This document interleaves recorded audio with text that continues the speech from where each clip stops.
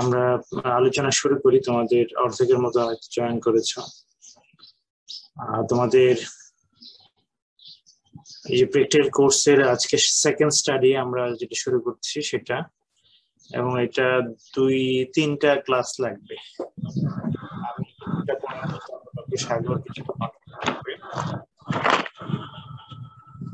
স্টাডির টাইটেল হচ্ছে estimation of heterosis and inbreeding depression. এটা খুবই ইম্পর্টেন্ট স্টাডি, কারণ থেকে প্রশ্ন আসে ফাইনাল পরীক্ষায় এবং ফার্স্ট টেস্টে। আবার বলছি, স্টাডির টাইটেল হচ্ছে estimation of heterosis and inbreeding depression. Heterosis জিনিসটার সাথে তোমরা পরিচিত। হেটেরোসিস তোমরা পড়েছো থিওরিতে, তাই না? জি স্যার। এখানে বলা হয়েছে যে that may be defined as the superiority in performance of hybrid যেটা F1 generation এবং heterozygous individual as compared to the average performance of their homozygous parents. হচ্ছে প্যারেন্টের যে এভারেজ পারফরম্যান্স, যদি দুইটা প্যারেন্ট হয়, দুইটা প্যারেন্ট থেকে আমরা এক রকমের হাইব্রিড পাই, এই দুইটা প্যারেন্টের যে এভারেজ পারফরম্যান্স অথবা এই দুইটা প্যারেন্টের মধ্যে যে সবচেয়ে ভালোটা তার চেয়েও যদি তোমার হচ্ছে হাইব্রিডের সুপিরিয়রিটি হয় ইন পারফরম্যান্স, তাহলে সেটাকে বলে হেটেরোসিস। এটা হয় শুধুমাত্র তোমার হেটেরোজাইগোসিটি থাকার জন্য।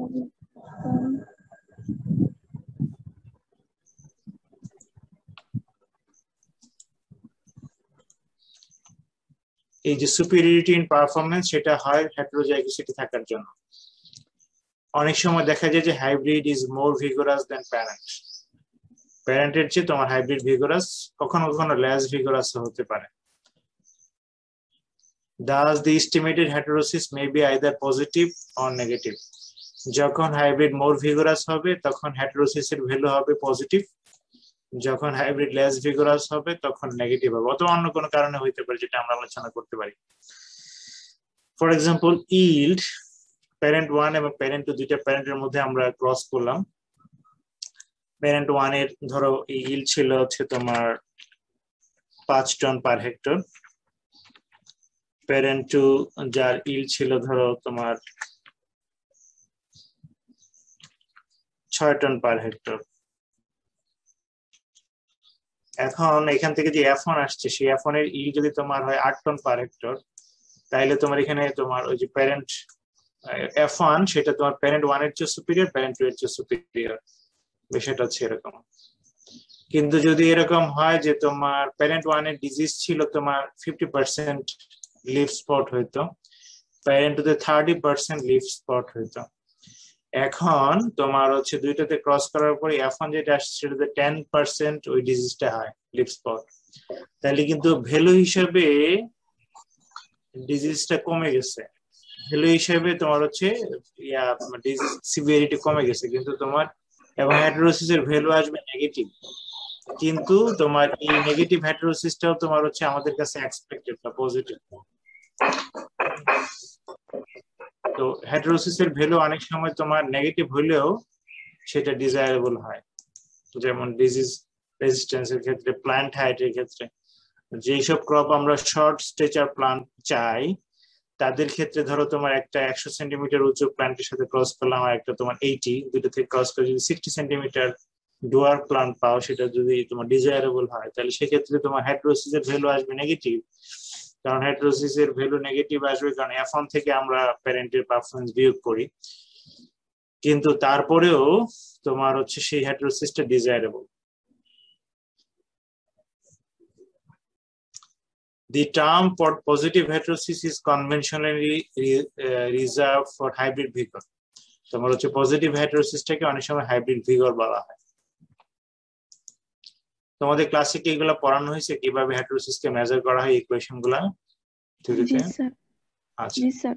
আমরা দেখো সংক্ষেপে শুধু করে রিভিউ করি। পার্সেন্ট হেটেরোবাল্টোসিস, এটা হচ্ছে তোমার F1 এর মিন থেকে তোমার বেটার প্যারেন্টের মিন বা হায়ার প্যারেন্টের মিন, বিপিও লিখতে পারো অথবা এইচপিও লিখতে পারো। হায়ার প্যারেন্ট কোনটা? যেটার ইল বেশি বা যেটার পারফরমেন্স ভালো। যেমন এখানে 6 টন ইল, সেটা হচ্ছে হায়ার প্যারেন্ট বা বেটার প্যারেন্ট। তো F1 এর মিন যদি ধরো 8 টন, বেটার প্যারেন্টের মিন 6 টন, তাহলে 8 বিয়োগ 6 ডিভাইডেড বাই 6, 8 বিয়োগ 6 মানে 2 ডিভাইডেড বাই 6 ইনটু 100, তাহলে কত পার্সেন্ট হবে এখানে হেটারোবেলটোসিস? 33.33%। Very good, 33.333333%। বেশ, এটা হলো তোমার হেটারোবেলটোসিস। আচ্ছা, নেক্সট হচ্ছে তোমার F1 কে যখন তোমার হচ্ছে মিড প্যারেন্টের সাথে তুলনা করা হয়, তার মানে প্যারেন্ট 1 এবং প্যারেন্ট 2 এর মিন, প্যারেন্ট 1 হচ্ছে 8 টন, মিড প্যারেন্ট হচ্ছে তোমার 5.5 টন, তাহলে কত হবে ডিভাইডেড বাই 5.5 টন?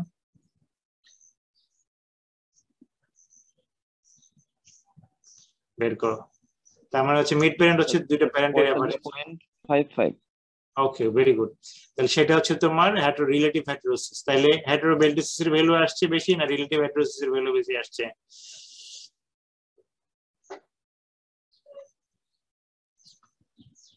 হেটারোবেলটোসিস এর ভ্যালু বেশি আসছে না রিলেটিভ হেটারোসিস এর ভ্যালু বেশি? রিলেটিভ এর ভ্যালু বেশি।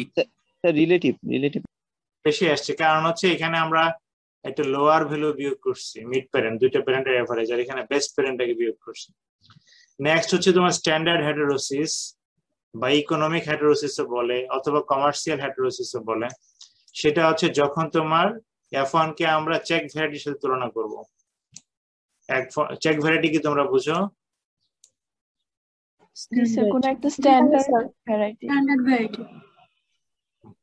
ধরো তোমার বাংলাদেশের প্রেক্ষাপটে আমরা যখন ধরো ওই যে বাওধান 3 ডেভেলপ করছি, আমরা বলছি যে এটা কার সাথে তুলনা করছি, কেউ বলতে পারবা? আটাশের সাথে। 28 সাথে তুলনা করছি এই জন্য কারণ তার অন্যান্য ক্যারেক্টারিস্টিক্স 28 এর কাছাকাছি, লাইফ এক্সপেক্টেন্সি 28 এর কাছাকাছি, তোমার গ্রেইনের সাইজ 28 এর কাছাকাছি। এই যে তখন এবং 28 হচ্ছে বাংলাদেশের একটা মেগা ভ্যারাইটি, যার জন্য তোমার হচ্ছে 28 কে আমরা এখানে চেক হিসেবে তুলনা করে আমরা দেখছি যে 28 থেকে 1.5 টন বা 2 টন পার হেক্টরে বেশি ইল্ড হয় এবং অনেক কম ব্লাস্ট হয়, ব্লাস্ট প্রায় হয় না বললেই চলে। তাইলে ওই 28টা ছিল আমাদের জন্য চেক ভ্যারাইটি।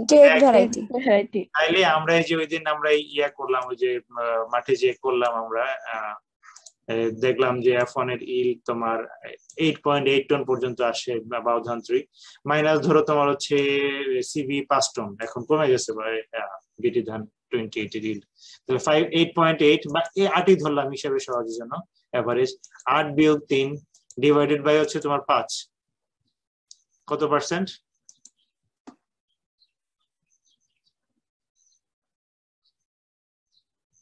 1%। মাইট দিব বুঝলেন? 100%। 100%। 8 বিয়োগ 5 হবে, সরি 100% তুমি বলছো 1%। 8 বিয়োগ 5 হবে সিভি যদি মানে আমরা 5 ধরি, ঠিক আছে? তুমি 1 কেন বলছো আমি বুঝছি এখন।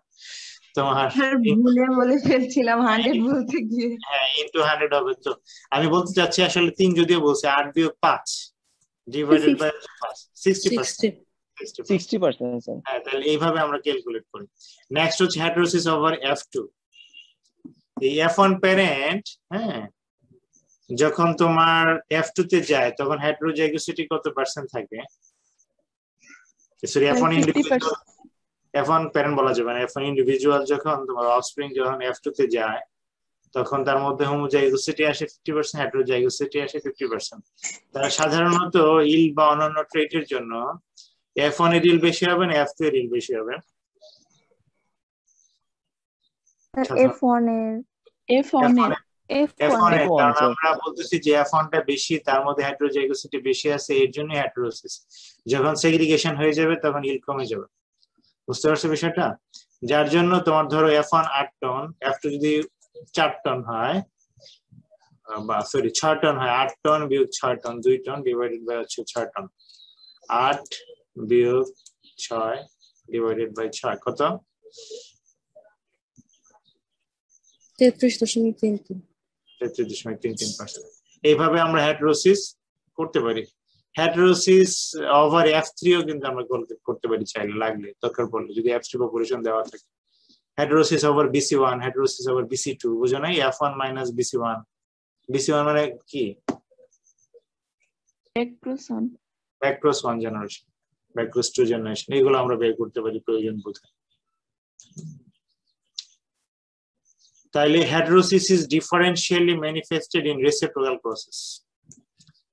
তুমি যদি দুইটা প্যারেন্টের মধ্যে ক্রস করো, P1 প্যারেন্ট ক্রস P2, এটা যদি করো, এটাকে যদি ক্রস বলো,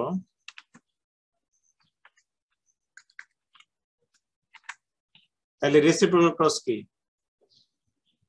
P2 cross P1. So P2 cross P1. এখানে এই কথাটাই বলা হয়েছে, P2 ক্রস P1, যখন P2 টা ফিমেল হয়ে যাবে। এর মানে কি, হেটেরোসিস ডিফারেন্সিয়ালি ম্যানিফেস্ট, মানে তোমার হেটেরোসিসের রেজাল্টটা তোমার ক্রসে যেরকম রেসিপ্রোকাল ক্রসে অন্যরকম হয়। অনেক সময় ক্রসে যেরকম ইল পাচ্ছ, রেসিপ্রোকাল ক্রসে অন্যরকম ইল পাচ্ছ। ক্রসে যেরকম F1 এ তোমার ডিজিজ রেজিস্ট্যান্স পাচ্ছ, রেসিপ্রোকাল ক্রসে অন্যরকম পাচ্ছ। কেন হইতে পারে? So cytoplasm কারণ সাইটোপ্লাজমিক যে ইনহেরিটেন্সটা সেটা ম্যাটারনাল ইফেক্টের জন্য, ম্যাটারনাল ইফেক্টের জন্য, ঠিকই বলছিলাম না? তাইলে in case of significant reciprocal difference, ধরো তোমার P1 এর ইল 5 টন, P2 এর ইল 6 টন, আমি বলতেছি যে F1 এর ইল 9 টন তোমার ক্রসের ক্ষেত্রে। এখন রেসিপ্রোকাল ক্রসের ক্ষেত্রে যদি তোমার F1 এর ইল 12 টন হয়, খেয়াল করো 12 টন যদি হয়, তাহলে ক্রস এবং রেসিপ্রোকাল ক্রসের অনেক ডিফারেন্স পাইলাম। একটা তো হচ্ছে 9 টন, যেটাকে আমরা বলি ধরো F1, সেটা 9 টন বলতেছি, আর F1 প্রাইম দিয়ে আমরা এক্সপ্রেস করি।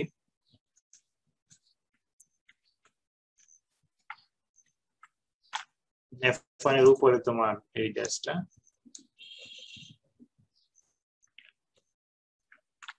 F1 প্রাইম, সেটাকে আমরা বলতেছি যে এখানে ধরো 12 টন আসছে। তাইলে তোমার এই যে দুইটার মধ্যে তোমার ডিফারেন্স আছে না, অনেক ডিফারেন্স আছে। এটা যদি ক্রস হয়, এটা হচ্ছে রেসিপ্রোকাল ক্রস, কন্ট্রোল প্লাস। তাহলে এই দুইটার মধ্যে তোমার অনেক ডিফারেন্স আছে। তোমার হচ্ছে অনেক সময় ক্রস এবং রেসিপ্রোকাল ক্রসের রেজাল্ট পার্থক্য হয়, কারণ এই P2 তোমার মোর ভিগোরাস ছিল, তার জন্য হয়তো তোমার সারাকে যখন ফিমেল হিসেবে ইউজ করছে বেশি আসতে পারে। তাইলে তখন যদি তোমার এরকম ডিফারেন্স আছে, heterosis should be estimated separately rather than having an average estimate of the heterosis for both of the crosses. যদি তোমার F1 এবং F1 প্রাইম বা ক্রস এবং রেসিপ্রোকাল ক্রসের যে রেজাল্ট, F1 এর যে ভ্যালু, সেটা যদি তোমার ডিফারেন্ট আসে এবং সিগনিফিকেন্টলি যদি ডিফারেন্ট আসে, এই দুইটার মধ্যে ডিফারেন্স আছে কি নাই সেটা আমরা টেস্ট করতে পারি অ্যানালাইসিস অফ ভেরিয়েন্স করে, অথবা তোমার টি টেস্ট করে। ধরো তোমার এখানে 9 টন এভারেজ বললাম, কিন্তু এখানে অনেকগুলো ভ্যালু আছে, 8, 9, 10, 8, 8, 9, 9, 7, 10, এরকম অনেকগুলো ভ্যালু আছে। এখানেও ধরো মনে করো 9, 10, 12, 14, 13, 10, 8, এরকম কতগুলো ভ্যালু, সেগুলোর এভারেজ হচ্ছে 12। তো এই দুইটার মধ্যে আমরা ডিফারেন্স নিব, এই 12 থেকে এটা থেকে বিয়োগ করব, এই দুইটার ভ্যালু ডিফারেন্স নিব, ডিভাইডেড বাই হচ্ছে তোমার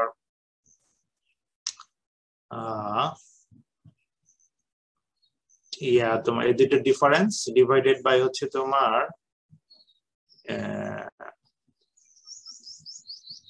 হ্যাঁ, এই দুইটা ডিফারেন্স কে তোমার ডিভাইডেড বাই হচ্ছে SED, standard error of difference.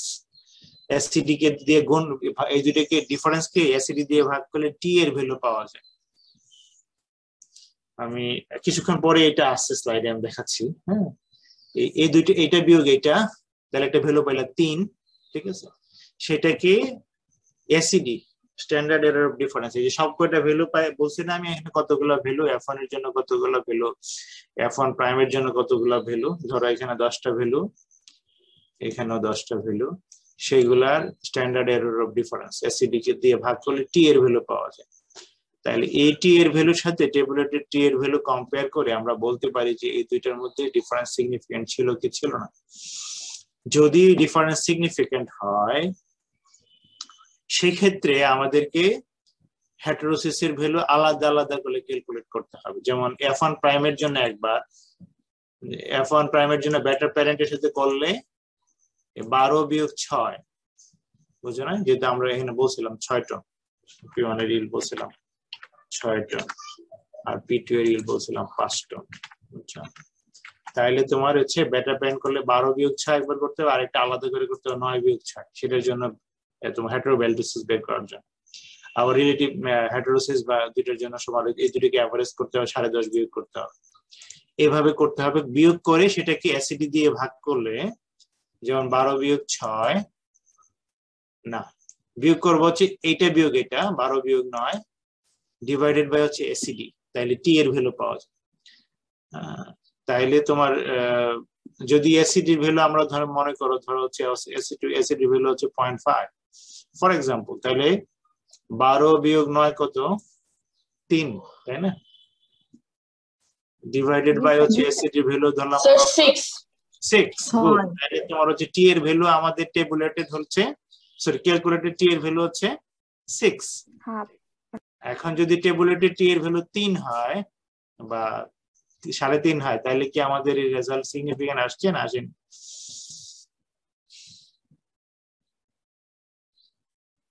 আসছে।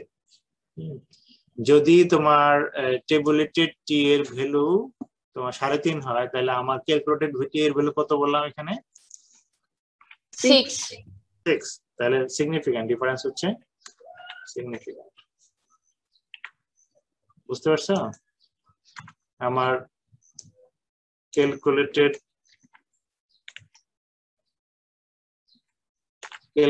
টি এর ভ্যালু হচ্ছে, টি ক্যালকুলেটেড হচ্ছে 6 আর টি টেবুলেটেড হচ্ছে তোমার 3.5। বুঝছো? তাইলে তোমার এই F1 এবং F1 প্রাইমের মধ্যে যে ডিফারেন্স সেটা সিগনিফিকেন্ট। তোমার সেক্ষেত্রে আলাদা আলাদা করে তোমার প্রত্যেকটা হেটেরোসিস বের করতে হবে, একবার F1 এর জন্য আরেকবার F1 প্রাইমের জন্য। বুঝা গেল? স্যার আরেকবার একটু বলতেন যদি। স্যার যদি আরেকবার আলাদা একটু বলেন। আলাদা আলাদা করে স্যার কিভাবে করবো? আলাদা আলাদা করে তোমার হচ্ছে, তাইলে এই দুটো F1 কে অ্যাভারেজ করা যাবে না। এই F1 প্রাইম একবার বসাইতে হবে ইকুয়েশন গুলোর মধ্যে প্রত্যেকটাতে, আরেকবার F1 বসাইতে হবে ইকুয়েশন গুলোর প্রত্যেকটার মধ্যে। বুঝা গেল? জি স্যার। অন্যরা বুঝনারা? গুড। জি স্যার। যত তুমি আসতে বলবা তত আমি বুঝবো যে তোমার কনফিডেন্স তত কম, মানে কম বুঝছো। যখন F1 এবং F1 প্রাইম দিকে আলাদা হবে, তখন F1 এখানে একবার বসাইতে হবে, এখন বসায় প্রত্যেকটা ভ্যালু বের করা যাবে। আবার F1 প্রাইম কে আলাদা করে, ধরো তোমার এখানে যদি আমি বসাই 9-6 বেটার প্যারেন্ট, তাইলে আমরা পাবো হচ্ছে তোমার 50%, তাই না?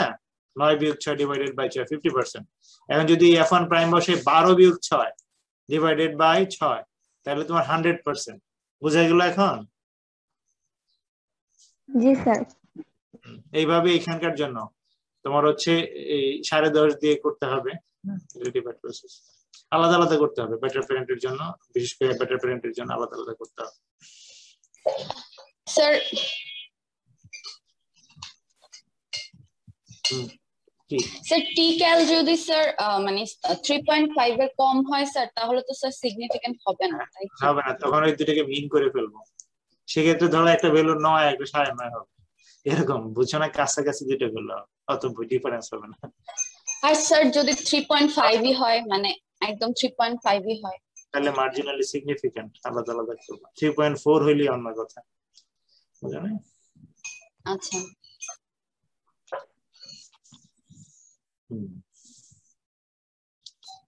The degree of heterosis is generally high in cross-pollinated species rather than self-pollinated species. বুঝছো? ক্রস-পোলিনেটেড ক্রপের ক্ষেত্রে হেটেরোসিস বেশি হয় সেলফ-পোলিনেটেড স্পিসিস এর ক্ষেত্রে। যেমন তোমার হচ্ছে সরিষার ক্ষেত্রে তোমার বেশি হবে, রাইসের ক্ষেত্রে কম হবে হেটেরোসিস। বুঝছো বিষয়টা? জি স্যার। নেক্সট আরেকটা টার্ম হচ্ছে যেটাকে বলে ইনব্রিডিং ডিপ্রেশন। এটাও তোমরা পড়ছো, তাই না? জি স্যার। এটা হচ্ছে যে ডিফাইন অ্যানালগাসলি, বিপরীত ভাবে two heterosis, but it is opposite in the opposite time of sight. এটা হচ্ছে heterosis এর মোটামুটি বিপরীত। It means the inferiority of performance of the inbred as compared to the non-inbred initial population. Non-inbred initial population যদি তোমার F1 হয়, F1 থেকে তোমার heterozygosity বাড়ার জন্য F2 তে কি পরিমাণ ইনফেরিয়রিটি হচ্ছে সেটার ক্যালকুলেশনটা হচ্ছে ইনব্রিডিং ডিপ্রেশন। দেখো এখানে বলা হয়েছে in the F2 generation half of the heterozygous loci of the F1 become homozygous due to allelic segregation। তোমার হচ্ছে 50% homozygous হয়ে যায়। Consequently inbreeding depression starts from F2 generation। তাহলে আমরা হেটেরোসিস কোন জেনারেশনে ক্যালকুলেট করি? F1 আর ইনব্রিডিং ডিপ্রেশন কোন জেনারেশনে আমরা ক্যালকুলেট করতে পারবো? F2 থেকে শুরু করতে F2 থেকে স্টার্ট হয়। তাহলে তোমার হচ্ছে F1 এর ইল বেশি ছিল, তার থেকে F2 এর ইল কম, ডিভাইডেড বাই হচ্ছে F1। এখানে F1 কেন? আগে তো তোমার বেটার প্যারেন্ট দিছি, মিড প্যারেন্ট দিছি, এখানে তোমার F1 দিছি কেন নিচে? আর এখানে F1টা হচ্ছে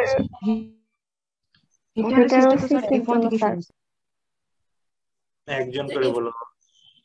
প্যারেন্ট জিন্নুরাইন জান্নাতি, জান্নাতির জিন্নুরাইন। জি স্যার, হেটারোসিসটা তো স্যার F1 থেকেই শুরু হয়েছে, আমরা তো ওখান থেকেই ক্যালকুলেট করা শুরু করছি, সেজন্য F1টাই ভাগ দিব। আচ্ছা মুমতারিন বলো। স্যার F2 জেনারেশনে তো F1 প্যারেন্ট থাকে।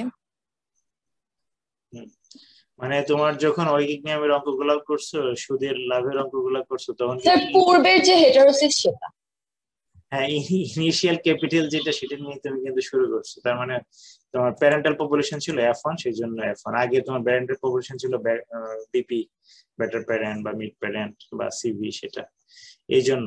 বুঝতে পারছো? তোমার শুরু স্টার্টিং পয়েন্ট হচ্ছে, ইনিশিয়াল স্টার্টিং পয়েন্ট হচ্ছে F1, F1 এর প্রোজেনি হচ্ছে F2, এই জন্য F1 দিয়ে F1 নিচে আসবে।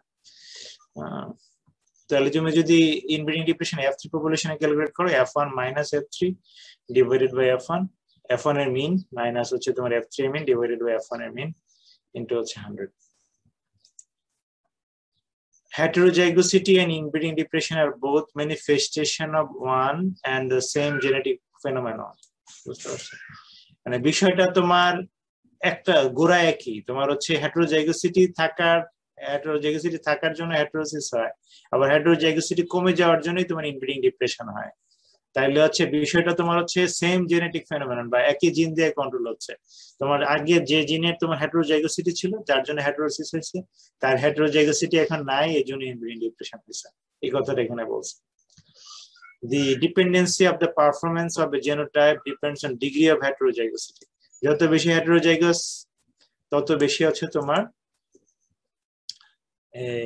হচ্ছে হেটেরোসিসের হওয়ার সম্ভাবনা বেশি। দুইটা প্যারেন্ট ক্রস করলে তোমার হচ্ছে এর মধ্যে যতগুলো লোকাস আছে, যদি তোমার 1 বিলিয়ন জিন থাকে, 1 বিলিয়ন জিনের সব কটাই কিন্তু তোমার হেটেরোজাইগাস হয় না। তোমার হচ্ছে ধরো তোমার যদি একটা নিউজিল্যান্ডের ছেলের সাথে বিয়ে হয় কারো, অনেক জিন তো কিন্তু তোমার বাংলাদেশি মেয়ের সাথে নিউজিল্যান্ডের জিনের ছেলের মিল আছে। কিছু জিন হয়তো তোমার 1 মিলিয়ন জিনের মিল নাই, ওগুলা শুধুমাত্র হেটেরোজাইগাস। আর বাকি যে তোমার জিনগুলা সবগুলা কিন্তু হোমোজাইগাসই থেকে যাবে। যার জন্য তোমার বলা হয়েছে যে যত বেশি তোমার হেটেরোজাইগাস জিন থাকবে তত বেশি হেটেরোজাইগোসিটি হবে, যত বেশি হেটেরোজাইগোসিটি হবে তত বেশি তোমার হচ্ছে হেটেরোসিস বা হাইব্রিড ভিগর হওয়ার সম্ভাবনা বেশি, এটা বলা হয়েছে।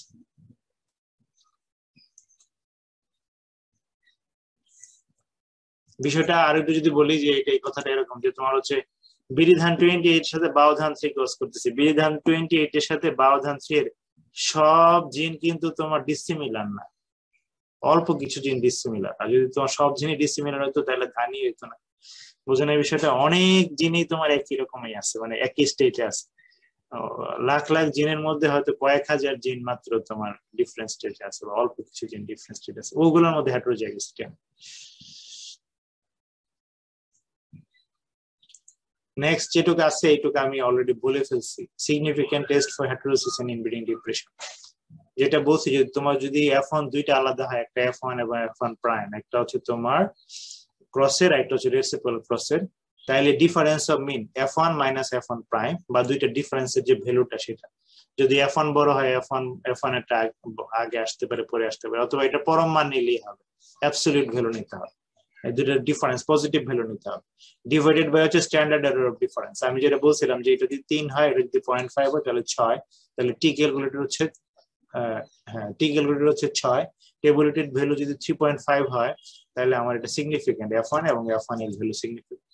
তোমাকে আমি গত ক্লাসে বলছিলাম, খেয়াল করো যে LSD is equal to T into ACD। খেয়াল করে দেখো LSD এই যে difference, least significant difference is equal to T into ACD, এইখান থেকে আসছে ইকুয়েশনটা, বা দুইটা একই ইকুয়েশন। LSD যে difference of mean least significant difference T into ACD, একই কথা। এটা গত ক্লাসের মধ্যে বলছি, ওইটা একটা ফর্ম ইকুয়েশন।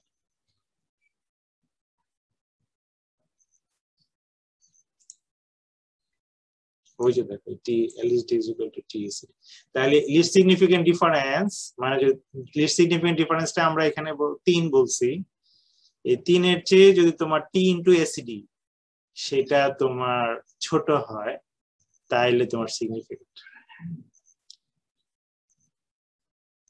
স্যার ব্যাপারটা আরেকবার বলেন একটু বুঝতে পারি।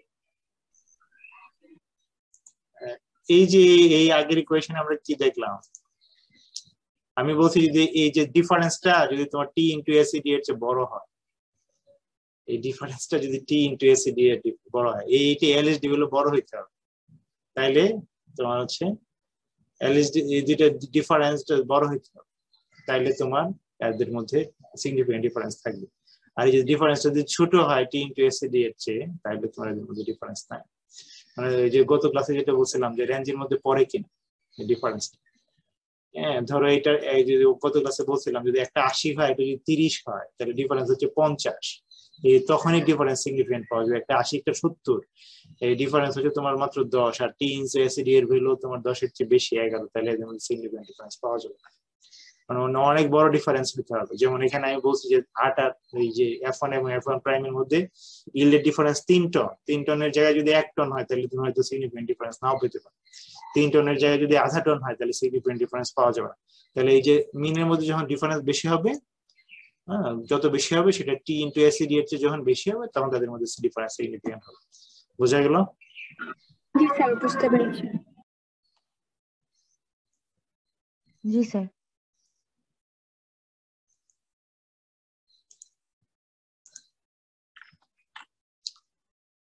নেক্সট যে ACD এর কথা যে বললাম আমরা, ACD কিভাবে পাবো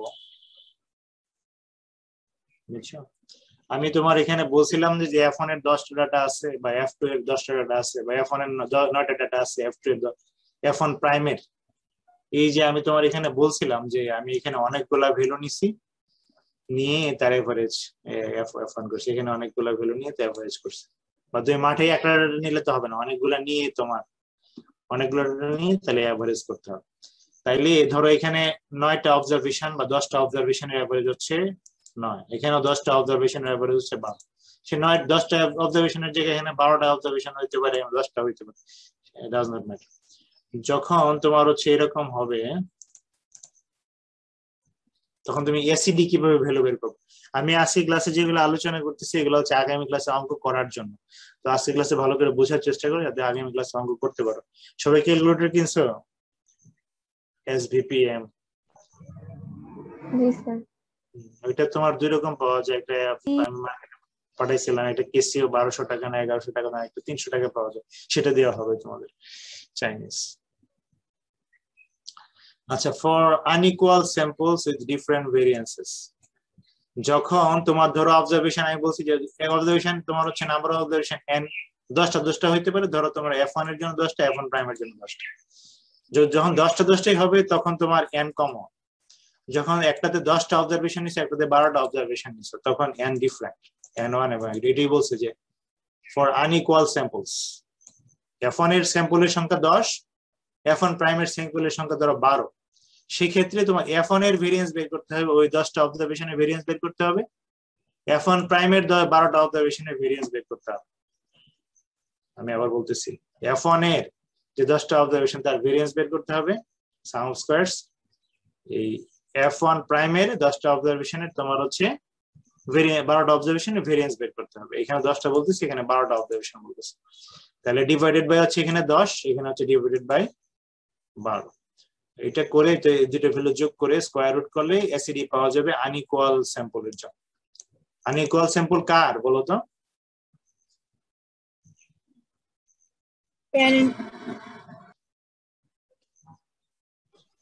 যার F1 F2 যার F1 F prime F1 F prime আমরা F1 and F2 যাদের ডিফারেন্স খুঁজতেছি, বুঝছো? যদি তুমি P1 প্যারেন্ট এবং P2 প্যারেন্টের মধ্যে এরকম তোমার ডিফারেন্স খুঁজো, তাহলে আমার তো এসিডি কোথায় লাগতেছে বলো তো?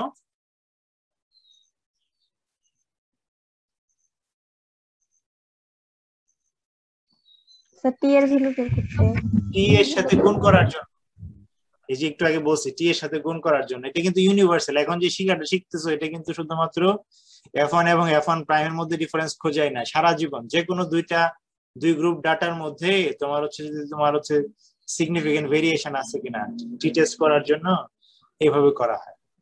টি ইনটু এসিডি। এসিডি স্যার এইখানে স্যার S1 স্কয়ার এবং S2 স্কয়ার বলতে এখানে কি বুঝাইছি আমরা?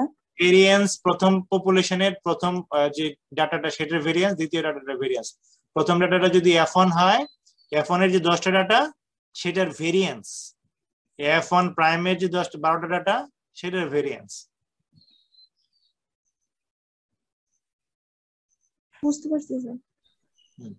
যদি তুমি P1 P2 এর পার্থক্য খুঁজো যে কোনো দুইটা, তাহলে যে P1 এর তোমার হচ্ছে 10টা ডাটা সেটার ভেরিয়েন্স, P2 এর যে 10টা ডাটা সেটার ভেরিয়েন্স।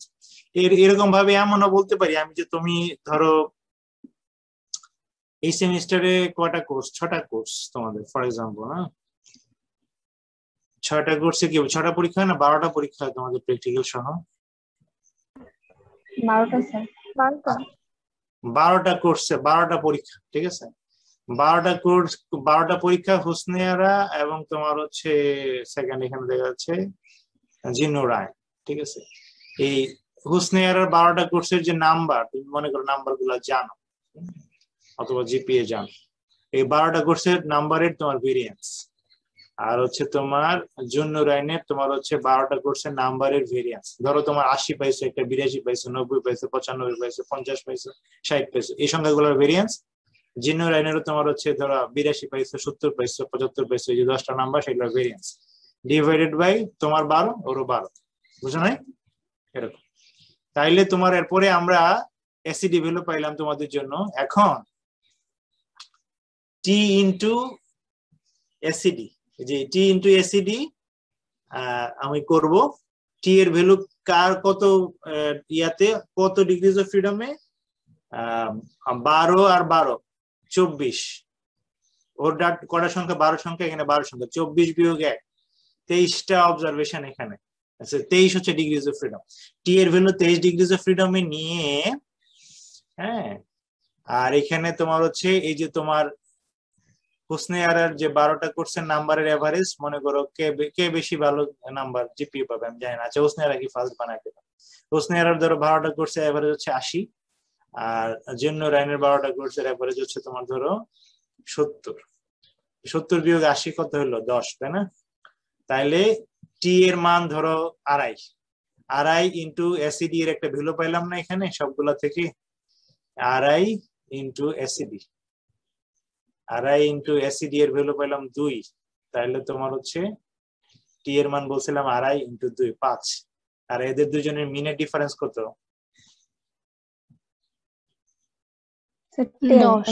10। তাহলে সিগনিফিকেন্ট হলো নাকি নন সিগনিফিকেন্ট হলো? সিগনিফিকেন্ট। সিগনিফিকেন্ট হলো। সিগনিফিকেন্ট হবে। আর যদি এরকম হইতো যে তোমার হুসনিয়ারার নাম্বার গুলোর এভারেজ হচ্ছে তোমার 80 আর ও নাম্বার এভারেজ হচ্ছে 78, তাইলে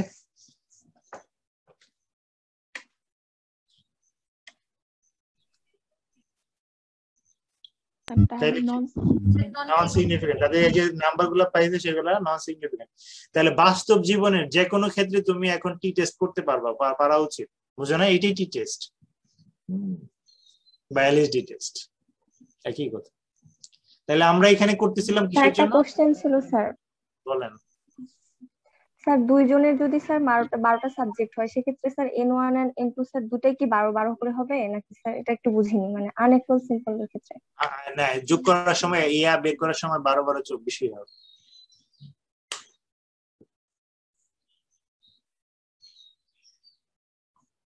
জি স্যার। স্যার এখানে কি দুইটা ডিফারেন্ট ভ্যারাইটি যখন কল্পনা করব তখন N1 N2 ডিফারেন্ট হবে এরকম কিছু sir?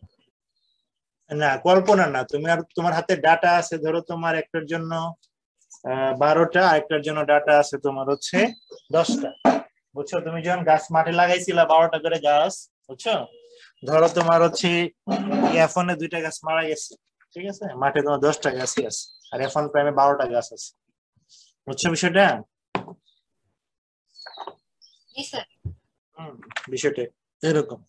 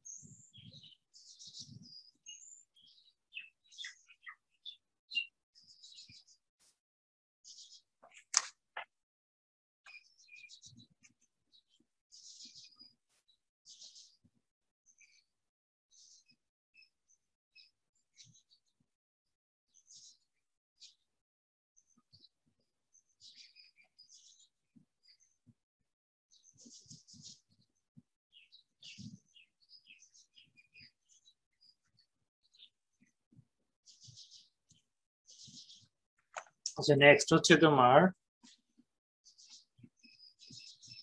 For unequal samples with pool variance. আমরা সাধারণত এটা বেশি করি, পুল ভেরিয়েন্স মানে যতগুলা ডাটা আছে সবগুলার একটা ভেরিয়েন্স বের কর। ধরো F1 এর তোমার 10টা ডাটা আছে, F2 এর তোমার হচ্ছে 12টা ডাটা আছে, আমি বললাম না 22টা যদি একসাথে ভেরিয়েন্স বের করি, সবগুলার তোমার হচ্ছে সাম স্কয়ারস কে একটার সাথে করে 22টা ডাটার জন্য একটা ভেরিয়েন্স যদি বের করি, তাহলে কমন ভেরিয়েন্স হবে না s square divided by n1 এবং n2, বুঝছো? আমরা এটা বেশি করি, দুইটা আলাদা আলাদা ভেরিয়েন্স করার চেয়ে তোমার কমন ভেরিয়েন্স বের করি, এটাকে ফুল ভেরিয়েন্স বলে। বুঝা গেল? জি স্যার। নেক্সট হচ্ছে for equal sample pooled variance অথবা এক্সপেরিমেন্টাল এরর ভেরিয়েন্স। হ্যাঁ, ইকুয়াল স্যাম্পল, যদি স্যাম্পল ইকুয়াল হয়ে যায় তাহলে দেখো s square divided by n plus s square divided by n, n1 n2 তো তখন দেওয়ার দরকার নাই, তাই না? s square divided by n plus s square divided by n কি হবে? 2s square by n। এই যে 2s স্কয়ার বাই, বুঝতে পারছো? কারণ n এর মান তোমার হচ্ছে 10 10, s square by 10 s square by 10, 2s square by 10 না? জি স্যার বুঝেছি। জি স্যার। নেক্সট হচ্ছে তোমার ASCD, যদি তোমার এই s স্কয়ারের পরিবর্তে তুমি যদি ইয়া করো, ওই যে গত ক্লাসে দেখাইছিলাম না আমি, তোমার হচ্ছে RCBD ডিজাইন করো। RCBD ডিজাইনে আমি বলছিলাম যে মিন সাম স্কয়ারটা হচ্ছে তোমার ভেরিয়েন্স, সাম অফ স্কয়ারস কে তোমার হচ্ছে রেসপেক্টিভ ডিগ্রিজ অফ ফ্রিডম ভাগ করলে কি পাওয়া যায়?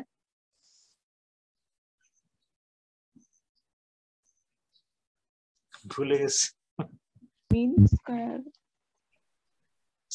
গত ক্লাসে দেখাইছিলাম সাম অফ স্কয়ারস কে তোমার রেসপেক্টিভ ডিগ্রিজ অফ ফ্রিডম দিয়ে ভাগ করলে মিন স্কয়ারস পাওয়া যায়, বুঝছো?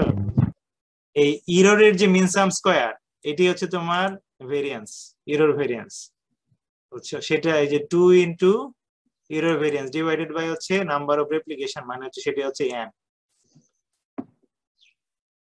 তাইলে তোমার যখন ওই রেপ্লিকেটেড ডাটা দেওয়া থাকবে, বুঝতে পারছো? ওই যে তুমি এই ধরো ব্লক ওয়াইজ ডাটা, ব্লক 1 এ 5টা জিনোটাইপের ডাটা, ব্লক 2 এ 5টা জিনোটাইপের ডাটা, ব্লক 3 এ 5টা জিনোটাইপের ডাটা, ব্লক 4 এ 5টা জিনোটাইপের ডাটা। মাথায় ভাসতেছে কিনা, চোখে ভাসতেছে না ভাসে না? স্যার হ্যাঁ স্যার একটু একটু বাকি ধরো একটা ব্লক ডিজাইন, আরসিবি ডিজাইনে তোমার block 1, block 2, block 3, block 4, block 1 এর সবকটা ডাটা, ব্লক 3 এর 5টা জিনোটাইপ আছে, ব্লক 3 এ 5টা জিনোটাইপ আছে, ব্লক 4 এ 5টা জিনোটাইপ আছে। এরকম একটা ডিজাইন থেকে আমরা এস স্কয়ার বের করছি। আমরা তোমরা এস স্কয়ার বের করছো, এস স্কয়ার বের করে ওই যে তোমার এন ওভার টেবিল করে এস স্কয়ার কে সাম অফ স্কয়ারস কে ডিগ্রিজ অফ ফ্রিডম দিয়ে ভাগ করলে এমএস ভ্যালু পাই। এররের যে এমএস ভ্যালু সেটাই হচ্ছে ভেরিয়েন্স। এই এস স্কয়ার আছে না, টু এস স্কয়ার এর পরিবর্তে এমএস লিখতে হবে, আর এন এর মান হচ্ছে এখানে আর দিলেই তোমার হচ্ছে স্ট্যান্ডার্ড এরর অফ ডেভিয়েশন পাওয়া যাবে রেপ্লিকেটেড ডাটার জন্য ওই আরসিবি ডিজাইন। এইটা বুঝছো কিনা? কারণ তোমাকে এরকম ডাটাও দেওয়া হবে, আমি তোমাকে দেখাচ্ছি, একটু ওয়েট করো। এই যে অনেক সময় তোমার এরকম ডাটা দেওয়া হয়, দেখা যাচ্ছে এরকম ডাটা দেওয়া হয়। P1 প্যারেন্টের ডাটা 6টা ব্লকের, P2 প্যারেন্টের 6টা ব্লকের ডাটা, F1 এর 6টা ব্লকের ডাটা, F2 এর প্রথম F2 3বার দেওয়া হয়েছে 6টা ব্লকের ডাটা, F2 আরেকবার 3বার দেওয়া হয়েছে, F2 আরেকবার। তাহলে এখানে মোট কয়টা ডাটা? 1 2 3 4 5 6 36টা ডাটা। তাহলে এই ব্লক 1 এ এই যে তোমার 6টা জিনোটাইপ একবার দেওয়া হয়েছে, ব্লক 2 এ আবার ওই জিনোটাইপ গুলোকে আরেকবার দেওয়া হয়েছে, এভাবে ব্লক 6 পর্যন্ত প্রত্যেকটা জিনোটাইপকে আবার দেওয়া হয়েছে। তাইলে তুমি এখানে এই যে এগুলার করে প্রথমে তোমার টোটাল করে এবং মিন করে সাম স্কয়ারস বের করে একটা এন ওভার টেবিল করতে পারবা না? জানো না এটা? করছো তো তোমরা লেভেল 4 না করলেও করতে হবে। সাম স্কয়ারস বের করতে হবে, গ্র্যান্ড টোটাল বের করতে হবে, কারেকশন ফ্যাক্টর বের করতে হবে। এগুলা থেকে ফাইনালি এন ওভার টেবিল যখন তৈরি করবা, ওই এন ওভার টেবিলে তোমার হচ্ছে এমএস এর একটা ভ্যালু পাওয়া যায়, এররের জন্য এমএস। ওই এররের জন্য এমএস টাই হচ্ছে তোমার এটা। বুঝা গেল না? বুঝা গেল না? জি স্যার বুঝতে পেরেছি। দুর্বল ইমান আর কে বুঝছো? স্যার স্যার একটা ম্যাথ করলে সব ক্লিয়ার হয়ে যাবে স্যার, পুরাতন স্মৃতিগুলো মনে পড়ে যাবে স্যার, অনেকটা আচ্ছা আচ্ছা। মোট কথা তোমার হচ্ছে এরকম যে ব্লক ডাটার ক্ষেত্রে এমনি তো ছোট ছোট যে তোমার যদি ডাটা দেওয়া থাকে 10টা করে বা 10টা 12টা করে, তাহলে এইটা। আর যদি তোমার হচ্ছে ওই যে এরকম তোমার আরসিবি ডিজাইন দেওয়া থাকে, বুঝতে পারছো, সেক্ষেত্রে তোমার এই ইকুয়েশনটা কাজে লাগবে পুল ভেরিয়েন্স বের করার জন্য। এটাই পুল ভেরিয়েন্স, বুঝছো কিনা? শুধুমাত্র আরসিবি ডিজাইনে যদি ডাটাটা দেওয়া থাকে, খেয়াল করো আবার দেখো, এরকম যদি ডাটা দেওয়া থাকে তাহলে তুমি হচ্ছে ধরো তোমার P1 এর ভেরিয়েন্স তুমি বের করতে পারবা 10টা অবজারভেশন, P2 এর ভেরিয়েন্স তুমি বের করতে পারবা 9টা অবজারভেশন, F1 এর ভেরিয়েন্স তুমি বের করতে পারবা 9টা অবজারভেশন, F1 প্রাইম এর ভেরিয়েন্স তোমার বের করতে পারবা 8টা অবজারভেশন, 7টা অবজারভেশন। এগুলাই আমি তোমাকে একটু আগে বুঝাইছি যে এই 8টা ডাটার ভেরিয়েন্স S1 স্কয়ার, এই 7টা ডাটার variance S12 square divided by N1, এটা হচ্ছে N2, এই যে এটা N1 N2। এইভাবে তুমি এই দুইটার জন্য একটা ভেরিয়েন্স বের করতে পারবে না, এসসিডি বের করতে পারবে না? জি স্যার। ভেরি গুড, এরকম কনফিডেন্স চাই। হ্যাঁ, নেক্সট হচ্ছে তোমার এই যে তোমার যখন ডাটাটা তোমার এরকম দেওয়া থাকবে, তখন তোমার গ্র্যান্ড টোটাল বের করতে হবে, সাম স্কয়ার বের করতে হবে, কারেকশন ফ্যাক্টর বের করতে হবে। সাম স্কয়ার গুলাকে এন ওভার টেবিলে বসায়া এই ট্রিটমেন্ট কি, এখানে ট্রিটমেন্ট হচ্ছে জেনোটাইপ, এই যে এগুলো জেনোটাইপ হচ্ছে ট্রিটমেন্ট। জেনোটাইপ ব্লকের জন্য এরর সাম স্কয়ার পাওয়া যাবে, তারপরে এরর, এই তিনটার সাম স্কয়ার বের করে সাম স্কয়ারকে প্রত্যেকটা ডিগ্রিজ অফ ফ্রিডম দিয়ে ভাগ করলে মিন স্কয়ার পাওয়া যাবে। এররের যে মিন স্কয়ার সেটাই হচ্ছে তোমার এটা। এমএসসি। বোঝা গেল? তাইলে তোমার কোন ডাটার জন্য কোনটা বোঝা গেল কিনা? জি স্যার। এইটুকু বুঝে গেলেই যথেষ্ট। আগামী ক্লাসে ডাটা দিলে তো স্যার আবার তোমার হচ্ছে সিকোয়েন্সিয়ালি পড়াবি। হ্যাঁ, বুঝেনি বিষয়টা? জি স্যার। তাহলে এগুলো খাতে লিখে নাও, এগুলো লাগবে, ইকুয়েশন গুলো লেখো এবং কোনটার জন্য কোনটা লেখো। আমি বলে দিচ্ছি কিন্তু ওই লিস্টটা, আমি তোমাকে 1 মিনিট সময় দিলাম, করো।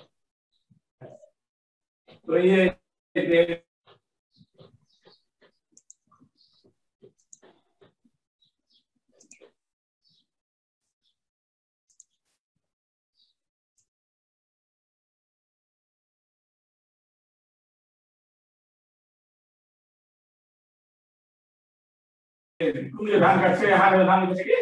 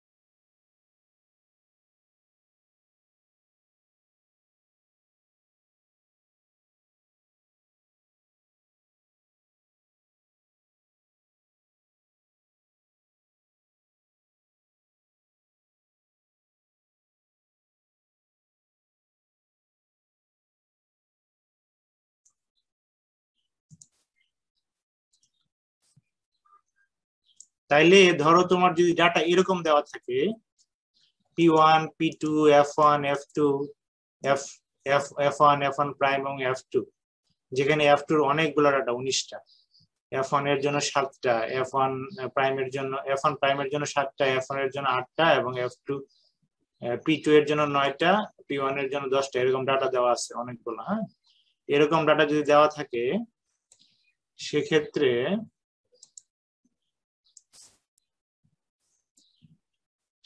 তুমি পুল ভেরিয়েন্স কিভাবে বের করবা যদি এরকম ডাটা দেওয়া থাকে? পুল ভেরিয়েন্স বের করার ফর্মুলা আছে একটা। পুল ভেরিয়েন্স বের করার ফর্মুলা হচ্ছে তোমার হচ্ছে S1 এর যে ডাটাগুলা, S1 মানে ধরো তো প্যারেন্ট 1 গুলার সাম স্কয়ার ডিভাইডেড বাই হচ্ছে তোমার প্যারেন্ট 1 এর ডিগ্রিজ অফ ফ্রিডম। বুঝছো? প্যারেন্ট 1 এর যে ডাটাগুলা সেটা হচ্ছে সাথে প্যারেন্ট 1 এর ডিগ্রিজ অফ ফ্রিডম। প্যারেন্ট 1 এর ডাটা কোনটা? এই যে এগুলা প্রত্যেকটার সাম স্কয়ারস ডিভাইডেড বাই এটা ডিগ্রিজ অফ ফ্রিডম কত? 9। Very good. প্যারেন্ট 2 এর গুলার সাম স্কয়ারস ডিভাইডেড বাই প্যারেন্ট 2 এর ডিগ্রিজ অফ ফ্রিডম কত? 8। স্যার 1 করে কম হবে সব, তাই না? হ্যাঁ, 1 করে কম হবে। তারপরে তোমার হচ্ছে F1, তোমার হচ্ছে F1 প্রাইম, F2, হচ্ছে সবকটার এগুলা করতে হবে সাম স্কয়ারস ইনটু হচ্ছে n।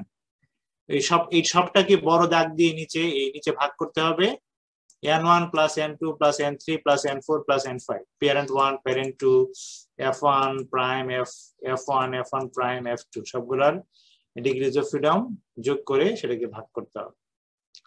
বুঝছো? তাহলে যদি তোমার ধরো এখানে যোগ করো 9 যোগ যদি 8 হয়, যদি তোমার 7 হয়, যদি তোমার হচ্ছে আবার কত 9, 8, 10, 9, 8, 7, 19, সেগুলো থেকে 1 করে কম করো, কত হয়? 9 যোগ 8 যোগ 7 যোগ 6 যোগ 18, কত দেখো বলো?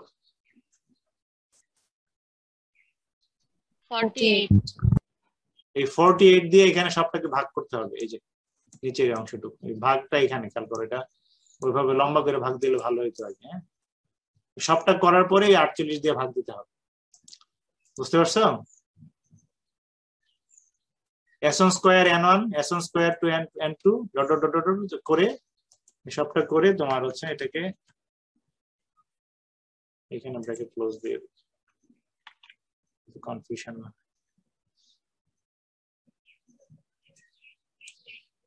এটা তো একটা ইকুয়েশন। যাই হোক সবটা করে তোমার হচ্ছে সেটাকে 48 দিয়ে ভাগ দিতে হবে। বুঝা গেল না? বুঝা গেল না? জি স্যার। জি স্যার। Good. তাইলে এখন আমরা যখন এই অঙ্কটা দেওয়া হবে, ফর এক্সাম্পল এই ধরনের অঙ্ক পরীক্ষায় আসে, এই অঙ্কটা দেওয়া হবে তখন আমরা কি করতে হবে খেয়াল করো। আমি বলে দিচ্ছি, আগামী ক্লাসে জাস্ট পড়বা, মানে ডক্টর সাগর কন্টিনিউ করবে। সো এক্স্যাক্টলি এই ডাটাটা না দিয়ে সামান্য একটু অন্যরকম ডাটা দিতে পারে। সেই ক্ষেত্রে দেখো অ্যানালাইজ, আমি তাও বলে দিচ্ছি পুরোটা অঙ্কটাই। Analyse the following data on pod length of bean genotypes in centimeter to estimate heterosis and inbreeding depression. তো এখান থেকে heterosis এবং inbreeding depression ক্যালকুলেট করা যাবে না?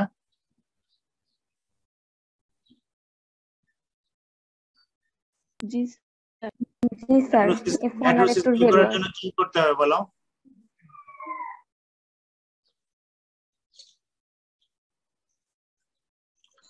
স্যার প্যারেন্ট 1 প্যারেন্ট 2 আর F1 এর ডাটা নিয়ে স্যার এস্টিমেট করতে হবে।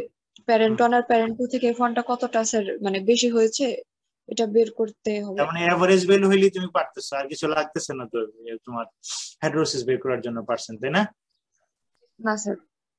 কিন্তু এখানে প্রবলেম করছে এই লোকটা, যদি এই ডাটা রো না দিতাম এখানে, বুঝছো, তাহলে তোমার হয়ে যেত। তোমার হচ্ছে এই প্যারেন্ট 1 এর সাথে তোমার যদি এটা বেটার প্যারেন্ট হয়, ফর এক্সাম্পল ভ্যালু বড় আছে, সেটার সাথে তোমার হচ্ছে হেটেরোভ্যালুসিস বের করতে পারতা। এই দুটো এভারেজ করে মিট তোমার হচ্ছে এই কি বলে ওই তোমার হচ্ছে রিলেটিভ হেটেরোসিস বের করতে পারতা। এবং এটার সাথে তোমার হচ্ছে এটার এফ হেটেরোসিস ওভার F2 তুমি বের করতে পারো। তিনটা হেটেরোসিস এখানে বের করা যাবে না? ওকে, কিন্তু প্রবলেম হয়েছে কি, দুইটা F1 দেওয়া আছে, তাহলে তোমাকে কি করতে হবে সবার আগে? স্যার এভারেজ করে আর ভেরিয়েন্স মানে প্রথমে তোমাকে টি টেস্ট করতে হবে, বা ওই যে তোমার এই যে টেস্টটা দেখাইছি না, টি টেস্ট স্যার, টি টেস্ট করে তারপর হচ্ছে সিগনিফিকেন্ট হলে তারপর হচ্ছে আমরা ইয়ে করব স্যার। হ্যাঁ, যদি সিগনিফিকেন্ট হয় তাহলে তোমার এই F1 এর জন্য একবার তোমার হচ্ছে তিনটাই বের করতে হবে, হেটেরোভ্যালুসিস, রিলেটিভ হেটেরোসিস এবং হেটেরোসিস ওভার F2। আর যদি সিগনিফিকেন্ট না হয় তাহলে মিন করব। হ্যাঁ, করে তোমার বের করব। বুঝছো বিষয়টা? মিন করে তোমার, তাহলে হেটেরোসিস বের হয়ে গেল। এখন নেক্সট কি সমস্যা করছি, এইটুক, পারফর্ম সিগনিফিকেন্স টেস্ট। আচ্ছা, এই সিগনিফিকেন্ট টেস্ট করার জন্য তোমার হচ্ছে ইয়া বের করতে হয়, ওই যে তোমার এই এসিডির ভ্যালু বের করতে হয় প্রত্যেকটা, আবার টি টেস্ট। সিগনিফিকেন্ট টেস্ট করার জন্য তোমার প্রথমে এইগুলা সব কটা নিয়ে একটা পুল ভেরিয়েন্স বের করে ফেলবা। বুঝছো? এটা সহজ, পুল ভেরিয়েন্স বের করে ফেলবা, যেটা একটু আগে দেখালাম না ইকুয়েশনটা, সেটা।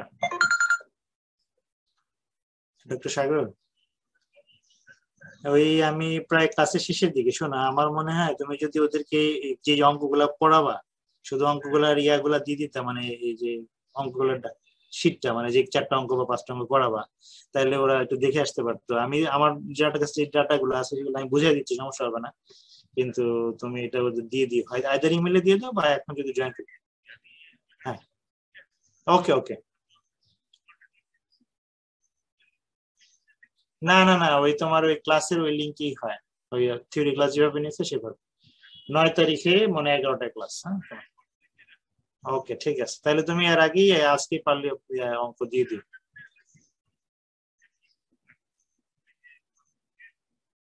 হ্যাঁ হ্যাঁ, তুমি শুধু অঙ্কের ডাক গুলা দিয়ে দিলে ওরা একটু মানে আগেই একটু দেখে রাখতে পারতো। আমি ওই নিয়মের অঙ্ক বুঝাই, হ্যাঁ বুঝাই দিচ্ছি, ঠিক আছে। হুম, আচ্ছা ঠিক আছে, গুড গুড, ভেরি গুড, ঠিক আছে, ওকে।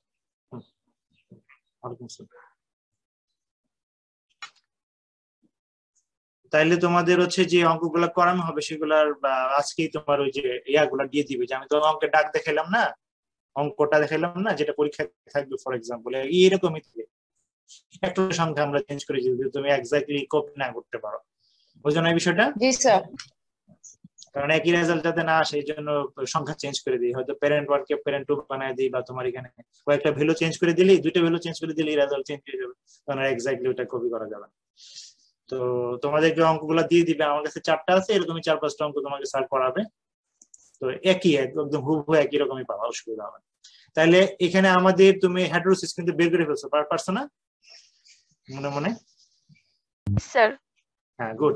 এখন হচ্ছে তোমাকে সিগনিফিকেন্স টেস্ট করতে হবে, যে তুমি সিগনিফিকেন্স টেস্ট বিষয়টা কি, তুমি যে ধরো হেটেরোসিস পাইছো, রিলেটিভ হেটেরোসিস পাইছো যে 33%, বা তুমি যে হেটেরোবেলটোসিস পাইছো তোমার হচ্ছে 25%, এই যে ভ্যালুটা, এই ভ্যালুটা তোমার হচ্ছে সিগনিফিকেন্ট কিনা। এর মানে কি বলতো?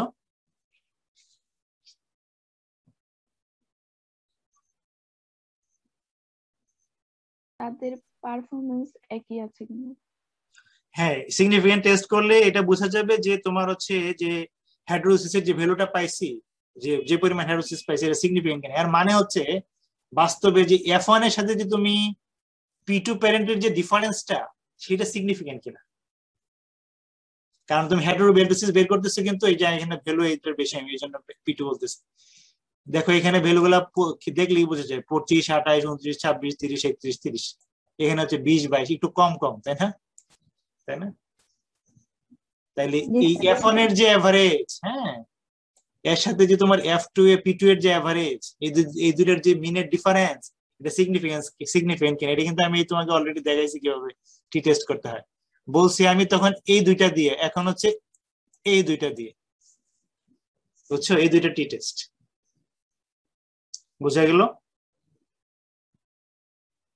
স্যার আমাদের মেইন প্রবলেমটা হচ্ছে স্যার অ্যানোভা টেবিল কনস্ট্রাকশনের যে ব্যাপারটা, কারণ স্যার না আমরা লাস্ট না করেছিলাম। না না না না, ইফতি এখানে কোনো ইনোভেটিবিলিটির বিষয় না এই ডাটার ক্ষেত্রে। এটা হচ্ছে নন রেপ্লিকেবল। স্যার আমি এটার কথা বলছি না, এটার কথা বলছিলাম না স্যার, অ্যানোভা টেবিল কনস্ট্রাকশনের যে ব্যাপারটা বলেছিলেন স্যার, আমরা পড়েছিলাম হচ্ছে স্ট্যাটিস্টিক্স লেভেল 1 সেমিস্টার 2 তে। স্যার আমাদের এক্সপেরিমেন্টাল ডিজাইন আরসিবি ডেটা পড়ানো হয়েছিল স্যার একদম লাস্ট চ্যাপ্টারে। তখন আমরা স্যার অ্যানোভা টেবিলটা একটা স্যার সূত্র প্রমাণের জন্য আমরা জাস্ট স্যার মেমোরাইজ করেছিলাম, বা ওইভাবে স্যার আমরা ম্যাথে ইউজ করি না। আমরা স্যার কোরিলেশন, তারপরে স্ট্যান্ডার্ড ডেভিয়েশন বা মিন মোড, এই জিনিসগুলোতে আমরা বেশি ফোকাস করেছিলাম স্যার। ওইটা আমাদের আর কি প্র্যাকটিসে কম আছে। তো কোনো সমস্যা নাই, আমরা তো 0 থেকে শুরু করছি, তাই না? এমন কোনো কিছু কি বলা হয়েছে যে তোমার যেটা আমি শুরু থেকে বলিনি?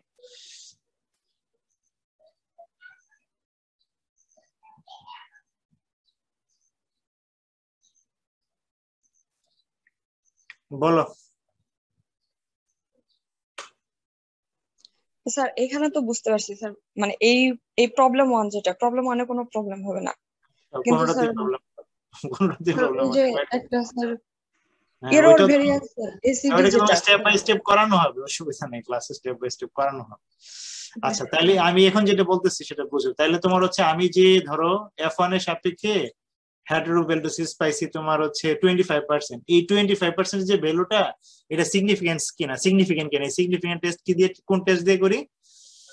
টি টেস্ট। তাহলে টি টেস্ট কিভাবে করতে হবে অলরেডি আমি তোমাকে বলছি, যে এই দুইটার ভ্যালুর ডিফারেন্স নিতে হবে।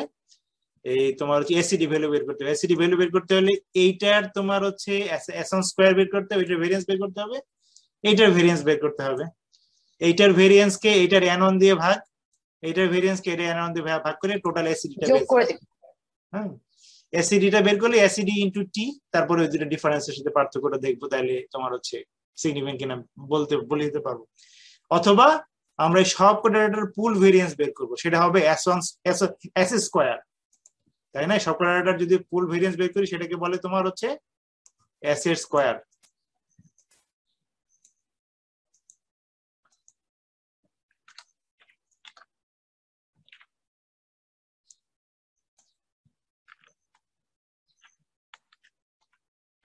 S স্কয়ার, এই S স্কয়ারটা আমরা এই যে এখানে বসাই দেব। S স্কয়ার ডিভাইডেড বাই একটার জন্য 8 আর একটার জন্য 9, বুঝছো না? তাহলে এসিডি বের হয়ে যাবে। এই S স্কয়ার বের করলে আমরা সবগুলার পার্থক্যের জন্য ইউজ করতে পারবো। আমি F1 এর সাথে তোমার হচ্ছে P2 করতে যাচ্ছি, F1 প্রাইম এর সাথে P2 করতে যাচ্ছি, সেটাতেও S স্কয়ার ইউজ করতে পারবো। এই দুইটার মিন যখন করব, মিড প্যারেন্ট, তখন আমরা S স্কয়ার ইউজ করতে পারবো, বুঝছো না? এইভাবে তোমার এসিডি ভ্যালু বের করতে পারবো।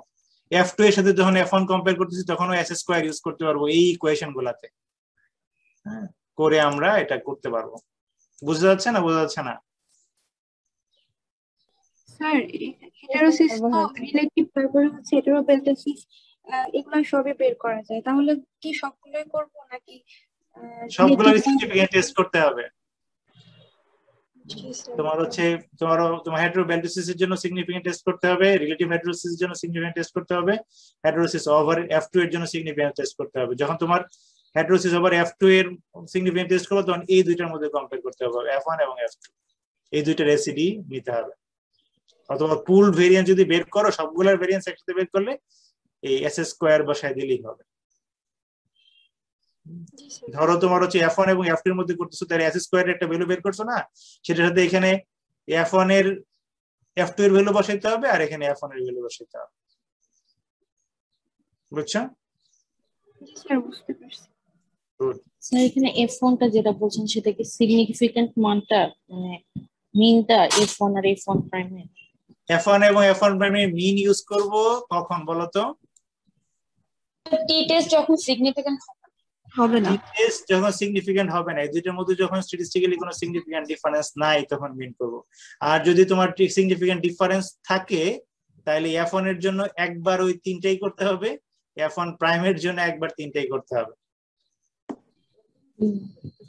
তবে সাধারণত তোমাদের পরীক্ষায় তোমার দুইটার মধ্যে সিগনিফিকেন্স ডিফারেন্স থাকে না, থাকতেও পারে, মানে রিয়ালি থাকতেও পারে।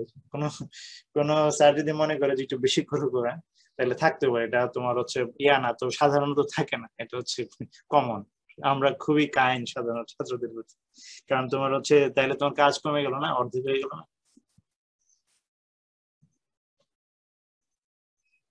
বুঝে গেল নাকি বুঝে গেল না কথাটা?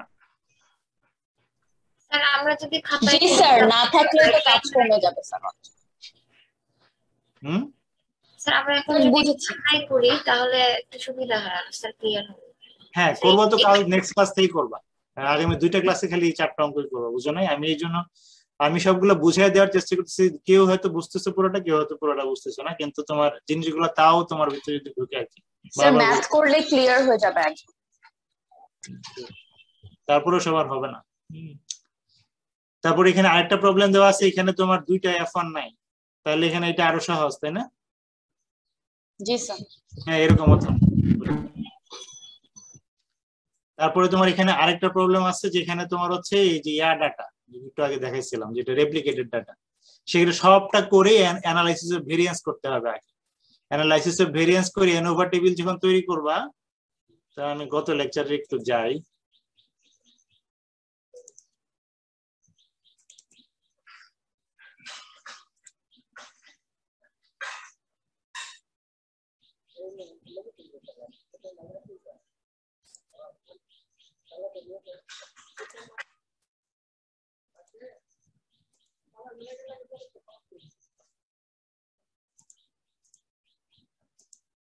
এই যে তখন তোমার এইখানে শেষে এরকম একটা অবস্থা আসবে, যে এই যে টেবিলটা এখানে তুমি সোর্সেস অফ ভেরিয়েশন হচ্ছে জেনোটাইপ বা ভ্যারাইটি, তারপরে রেপ্লিকেশন, এখানে রেপ্লিকেশন থাকবে একটা ভিতরে, কারণ হচ্ছে তোমার এটা RCPD ডিজাইন।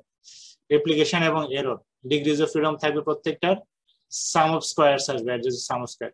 এই সাম অফ স্কয়ারস কে ডিগ্রিজ অফ ফ্রিডম দিয়ে ভাগ করলে মিন স্কয়ারস পাওয়া যায়। এই যে এররের জন্য যে মিন স্কয়ারটা, এটাই হচ্ছে পুল ভেরিয়েন্স। এররের জন্য যে মিন স্কয়ার, সেটাই হচ্ছে তোমার পুল ভেরিয়েন্স। এনোভা টেবিল ফাইনালি করার পরে এররের জন্য যে মিন স্কয়ার, সেটাই হচ্ছে তোমার পুল ভেরিয়েন্স। তো এই পুল ভেরিয়েন্সটা যখন তোমার এই ডাটার জন্য পেয়ে যাবা,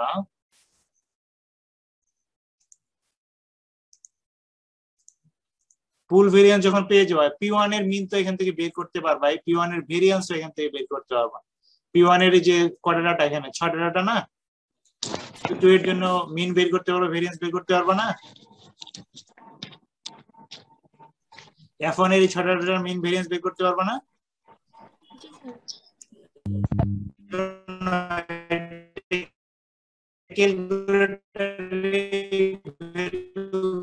পুট করলে তোমাকে ডাটা দিয়ে দেখিয়ে দিবে। আমি এটা নেক্সট ক্লাসে তোমার জন্য মিন ভেরিয়েন্স বের করা যাবে, এটার জন্য মিন ভেরিয়েন্স বের করা যাবে। মিনটা দরকার, ভেরিয়েন্স আসলে দরকার নেই, কারণ ফুল ভেরিয়েন্স তোমার হাতে আছে ওইখানে। তাইলে মিন বের করলেই তোমার হচ্ছে F1 এর থেকে P1 বিয়োগ দিয়ে, যদি P1 বেটার প্যারেন্ট হয় তাহলে তুমি হেটারোবেলটেসিস বের করতে পারবা। F1 এর সাথে এই দুইটার মিন বিয়োগ দিয়ে তোমার হচ্ছে রিলেটিভ হেটেরোসিস বের করতে পারবে F1 এর সাথে এইগুলোর মিন বিয়োগ দিয়ে তোমার হচ্ছে হেটেরোসিস ওভার F2 বের করতে হবে। এরপরে তোমার হচ্ছে পুল ভেরিয়েন্স ইউজ করে S স্কয়ার ডিভাইডেড বাই হচ্ছে তোমার n, এই যে n এখানে P1 যদি হেটেরোবেলটিসিস এর জন্য S স্কয়ার ডিভাইডেড বাই হচ্ছে তোমার এই যে এখানে 12টা যখন তোমার হচ্ছে মিড প্যারেন্ট, এবং তোমার হচ্ছে হেটেরোসিস ওভার F2 হচ্ছে S স্কয়ার ডিভাইডেড বাই হচ্ছে তোমার F1 তো থাকবে তোমার হচ্ছে 6টাই, আর এটা n1 এর জন্য 6টা আর n2 এর জন্য হবে 18টা অবজারভেশন n2। এখানে হচ্ছে তোমার মিড প্যারেন্টের জন্য 12টা অবজারভেশন, হেটেরোবেলটিসিস এর জন্য 6টা অবজারভেশন। কোন ইকুয়েশনটাতে? এই ইকুয়েশনটাতে যেখানে পুল ভেরিয়েন্স আছে, পুল ভেরিয়েন্স আছে তোমার হচ্ছে n1 এবং n2 ডিফারেন্ট। তখন এই তোমার হচ্ছে হেটেরোবেলটিসিস এর জন্য তোমার হচ্ছে যদি F1 এরটাকে n1 বলি, হেটেরোবেলটিসিস এর জন্য n1 হচ্ছে তোমার 6টাই, তোমার হচ্ছে মিড প্যারেন্টের জন্য 12টা, এবং তোমার হচ্ছে হেটেরোসিস ওভার F2 এর জন্য 18টা। এই যে এই ইকুয়েশন, এই যে 18টা F2, এই যে মিড প্যারেন্টের জন্য যে 12টা অবজারভেশন, এই যে 12। হেটেরোবেলটিসিস এর জন্য যদি P1 তোমার বেটার প্যারেন্ট হয়, এই যে 6টা অবজারভেশন। এই জন্য ইকুয়েশনে এখানে এটার একটাতে 6 হবে হেটেরোবেলটিসিস এর জন্য, তোমার মিড প্যারেন্টের জন্য 12 হবে, এবং তোমার হচ্ছে F2 এর জন্য 18 হবে। বুঝা যাচ্ছে? জি স্যার। অনেক সময় হয় তোমার, বলো সিগনিফিকেন্স টেস্টটা কি সবগুলোর জন্যই করব, মানে P1 P2 P1 F1 P2 F1 F1 significant test করতেছো হেটেরোসিস এর জন্য। হ্যাঁ, মানে তোমার হচ্ছে হেটেরোবেলটিসিস এর জন্য F1 এর সাথে P1 যদি P1 তোমার হচ্ছে বেটার প্যারেন্ট হয়। বুঝো নাই? যে তোমার F1 এর সাথে মিড প্যারেন্ট, তাহলে তোমার F1 এর সাথে কম্পেয়ার করতে P1 P2 এর সমষ্টিগুলো, মানে তোমার যা টোটালটা, F1 এর সাথে F2 এর সবগুলা যদি তোমার হচ্ছে হেটেরোসিস ফর F2, হেটেরোসিস ওভার F2 হয়। তোমার বুঝছো? তোমার প্রশ্নের উত্তর বুঝছো না বুঝোনি? স্যার আবার একটু বলেন। সিগনিফিকেন্ট টেস্ট করবা তোমার হচ্ছে, আমি ধরলাম যে P1 হচ্ছে এখানে বেটার প্যারেন্ট, হ্যাঁ, কারণ এটা ভ্যালু বড় দেখা যাচ্ছে, হিল তো সেইটা খেয়াল করতে হবে। তাইলে তোমার সিগনিফিকেন্ট টেস্ট করতে হবে হেটেরোবেলটিসিস এর জন্য এইটার সাথে এইটার টি টেস্ট F1 এর সাথে P1 এর, এটা হচ্ছে তোমার হেটেরোবেলটিসিস এর জন্য, কারণ এই P1 হচ্ছে বড় এখানে P2 এর থেকে, দেখা যাচ্ছে না যে ভ্যালুগুলো বড়। তার মানে যতগুলো মানে হেটারোসিস ক্যালকুলেট করব ততগুলো আমার পারফরম্যান্স করব হলো সিগনিফিকেন্ট। এক্স্যাক্টলি তিনটা হেটারোসিস করলে তিনটা। অনেক সময় পরীক্ষায় শুধুমাত্র বলি যে শুধুমাত্র হেটারোবেলটিসিসটা করো, তাহলে শুধুমাত্র হেটারোবেলটিসিসটা করে হেটারোবেলটিসিসটা টেস্ট করলে হবে। শুধুমাত্র রিলেটিভ হেটারোসিস তোমার হচ্ছে perform significant test for relative heterosis, এটুকু বলে দেই। এখানে যেরকম তোমার বলছি তোমাদের সময় কম থাকলে আমরা অনেক সময় বলে দিই perform significant test for relative heterosis, শুধুমাত্র রিলেটিভ হেটারোসিস এর জন্য করতে হবে।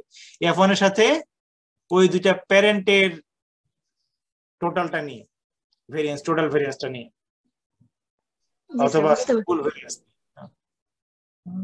গুড, তাহলে হয়ে গেল।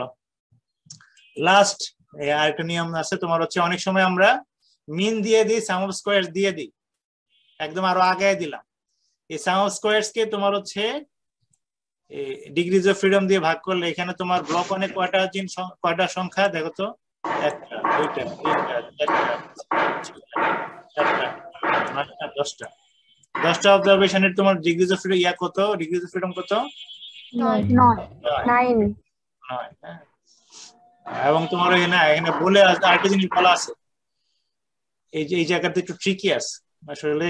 estimate heterosis in inbreeding distribution for the following data of grain yield of food genotype derived from 10 plants of each 10 randomized plots per block। তার মানে এই যে P1 এর যে মিনটা, এটা কয়টা ডাটার মিন? 10টা। কিভাবে বুঝলা? 10টা ডাটা। কিভাবে বুঝলা? 10 প্ল্যান্টস। তাহলে এই যে SX টা আসছে, এটা কয়টা ডাটার? 10টা। বুঝছো? তোমাদের এটা কমন, এখানে অনেক সময় 10 থাকে, এখানে 10টা থাকে, অনেকে কনফিউজ করে, কিন্তু এখানে 10-এর জায়গায় অনেক সময় 8 থাকে, 7 থাকে, 6 থাকে, তোমাদের বুদ্ধি চেক করার জন্য। তখন দেখা যায় যে পুরো অঙ্কটাই কাটা গেছে। তাইলে তোমার ওই যে তখন তুমি যদি এসএক্স থেকে তুমি যদি এমএস বের করো, তাহলে কত ইউজ করতে হবে বলো তো? কোন সংখ্যাটা ইউজ করতে হবে এই ডিগ্রিজ অফ ফ্রিডম বের করার জন্য? এই সংখ্যাটাকে ব্যবহার করতে হবে, 8 ইউজ করতে হবে। 8 তিনটা ব্লক 1 থেকে P1 এর জন্য যখন তুমি পুল ভেরিয়েন্স বের করবা, P1 এর ভেরিয়েন্স বের করবা, তখন 7+7+7 দিয়ে ভাগ করতে হবে এই ক্ষেত্রে। বুঝো নাই? এইটা 8টা ডাটার, এটা 8টা ডাটার, এটা 8টা ডাটার, বুঝো নাই? তাহলে 7+7+7 দিয়ে ভাগ করতে হবে, 3×7=21 দিয়ে ভাগ করতে হবে। স্যার আবার বলেন স্যার, বুঝি নাই। স্যার বুঝতে পারি না, আবার একটু বলেন। তোমার এই মিনটা কয়টা ডাটার? 8টা। এই যে সাম অফ স্কয়ারস কয়টা ডাটার? 8টা। তাহলে 8টা ডাটা হলে এটার ডিগ্রিজ অফ ফ্রিডম কত? 7টা ইউজ করতে হবে। এইটুকু শুধু বুঝে আছে ক্লাসে, এগুলো অঙ্ক করার সময় বাকিটা বুঝো নাই? তাহলে তোমার খেয়াল করতে হবে যে, তোমার বুঝতে হবে যে এখানে বাস্তবে কয়টা প্ল্যান্টের ডাটা দেওয়া আছে, বুঝো না? মিনটা কয়টা ডাটা থেকে আসছে, বা স্ট্যান্ডার্ড ইন্ডিভিজুয়াল সাম অফ স্কয়ারস এর কয়টা ডাটা আছে। অনেক সময় এরকম 10 বলা আছে, এখানে 10 র্যান্ডমাইজড প্লটস, মানে কি তোমার এই যে 10 র্যান্ডমাইজড প্লটস পার ব্লক, প্রতিটা ব্লকে 10টা র্যান্ডমাইজড প্লট আছে। এই 10টা র্যান্ডমাইজড প্লট বলেছি 10টা জিনোটাইপকে র্যান্ডমাইজ করার জন্য, কিন্তু এই যে প্রতিটা ডাটা ডিরাইভ করা হয়েছে কার ডিরাইভ করা হয়েছে 10 প্লান্টস থেকে, সেইটা খেয়াল করতে হবে তোমার এই তোমার বের করার সময়, তোমার হচ্ছে এই সাম স্কয়ার কি বলে ভেরিয়েন্স বের করার সময়। কারণ তোমার এমএস বের করার জন্য, এমএস মানে হচ্ছে ভেরিয়েন্স, এসএস দেওয়া আছে, সাম স্কয়ার দেওয়া আছে, সেটা থেকে ভেরিয়েন্স বের করতে হবে।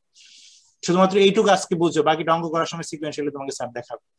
স্যার আপনি যে বললেন স্যার সবাই ভুল করে, মানে স্যার কোনটাই ভুল করে বুঝি নাই। ভুল করে যদি আমরা এখানে 10 বা 10 দোষ আছে, তো এই কোনটা কোন দোষ এটা বুঝে না, এই জন্য তোমার ভুল করে।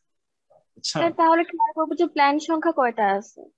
হ্যাঁ, তোমার বুঝতে হবে যে এই যে মিনটা এবং এই সাম স্কয়ারস এর কোন ডাটাটার এভারেজ।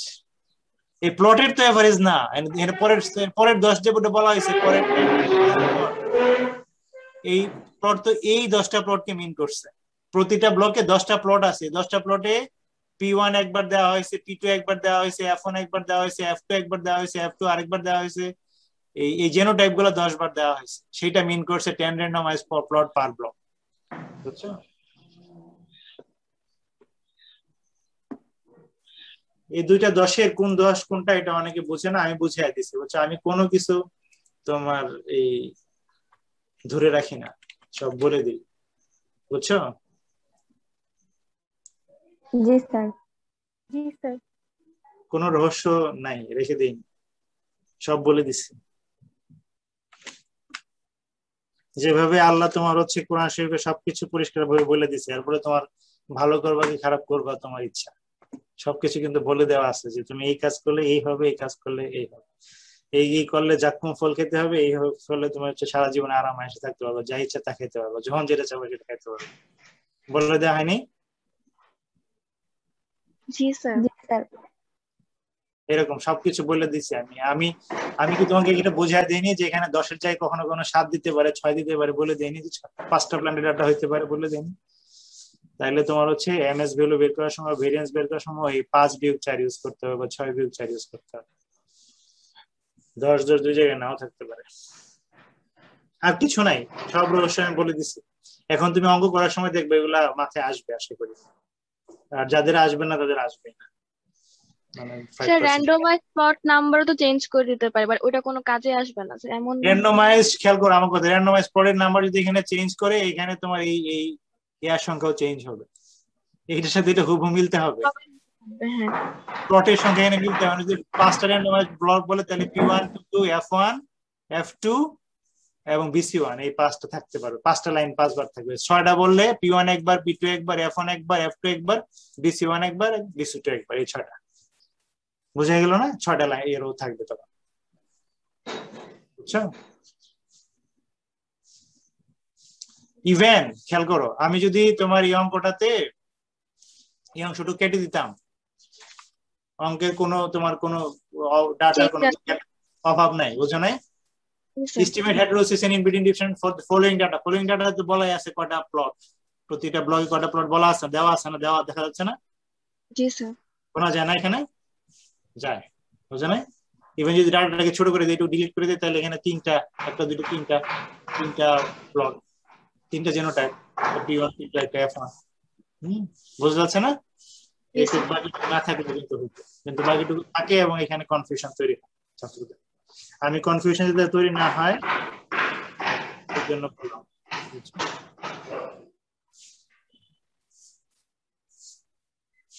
আমি যখন তোমাদেরকে পড়াই, আমি যতটুকু ম্যাক্সিমাম বুঝি সবটুকু তোমাদেরকে বলি, বুঝতে পারছো?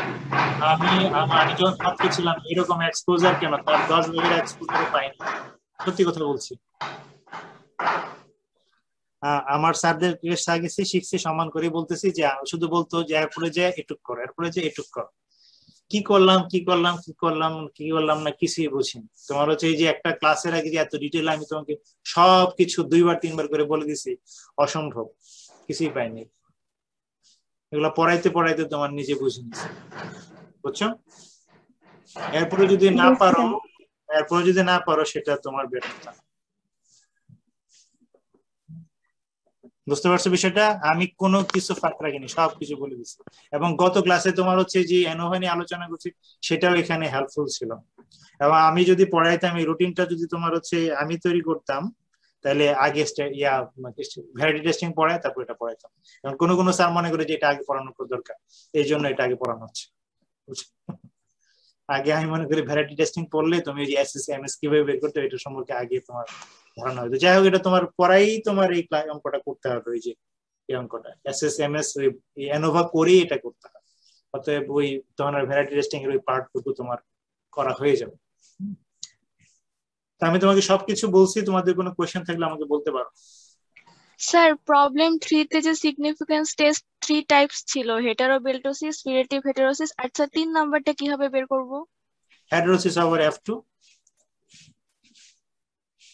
এর প্রবলেম 3 তে না, এর সবগুলাতেই আছে। যেখানে F2 আছে সেখানে হেটারোসিস ওভার F2 আছে। যদি তোমার হচ্ছে কোনো কিছু বলে না দেওয়া থাকে, আমরা অনেক সময় বলে দেই যে তোমার হচ্ছে following data estimate relative heterosis and in between difference, যদি এরকম বলে দিই তাহলে শুধুমাত্র রিলেটিভ হেটারোসিস বের করলেই হবে। তখন হেটারোবেলটোসিস বের করার দরকার নাই, হেটারোসিস ওভার F2 বের করার দরকার নাই। বুঝছেন এই বিষয়টা? যদি না বলে দেই তখন যত সম্ভব হেটারোসিস বের করতে হবে। প্রত্যেকটা অঙ্কে, এই অঙ্কেও তোমার হচ্ছে হেটারোবেলটোসিস বের করতে হবে, রিলেটিভ হেটারোসিস বের করতে হবে এবং হেটারোসিস ওভার F2 বের করতে হবে। এটাতেও তাই আছে এবং এটাতেও তাই আছে, বুঝছো না?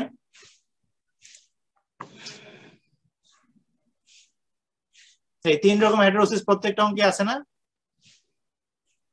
জি স্যার। কথা বলো।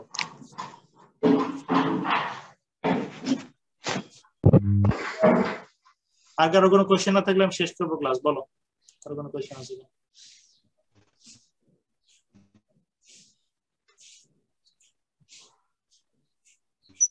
তোমাদের ক্লাসে মোট ছাত্র কত? স্যার রেকর্ডিংটা আজকে দিয়ে দিলে বাচ্চা। রেকর্ডিং দিব, শর্ত হচ্ছে যে আমার রেকর্ডিং তোমরা ডাউনলোড করে আবার নতুন করে লিংক তৈরি করে সেটা তোমরা সবাইকে ডিস্ট্রিবিউট করবা। যেটা তোমার এই যে শাহাগত ক্লাসে করছে সেটা না। স্যার আমি তো পরে করে দিয়েছি স্যার। হ্যাঁ, পরে আর ইমেল খুব বেশি আসেনি, একটা দুইটা আসছে। স্যার আমি পরে করে দিয়েছি, আমি ফার্স্টে বুঝি নাই যে স্যার কি করতে হবে। আমি এই কথাটাই বলছিলাম যে তোমার হচ্ছে একজনকে দেবো, মানে সাথে আমাকে 400 ইমেল না আসে। ঠিক আছে, আমি আবারও আজকে মন্দির গিয়ে দিব। হ্যাঁ, ফুল মুন। ঠিক আছে? জি স্যার। ওকে, তাহলে আর কোনো কোশ্চেন না থাকলে শেষ করছি। হ্যাঁ, সবাই ভালো থেকো। আসসালামু আলাইকুম স্যার। আসসালামু আলাইকুম স্যার। জাস্ট একটা কোশ্চেন, তোমাদের ক্লাসে ছাত্র সংখ্যা কত মোট?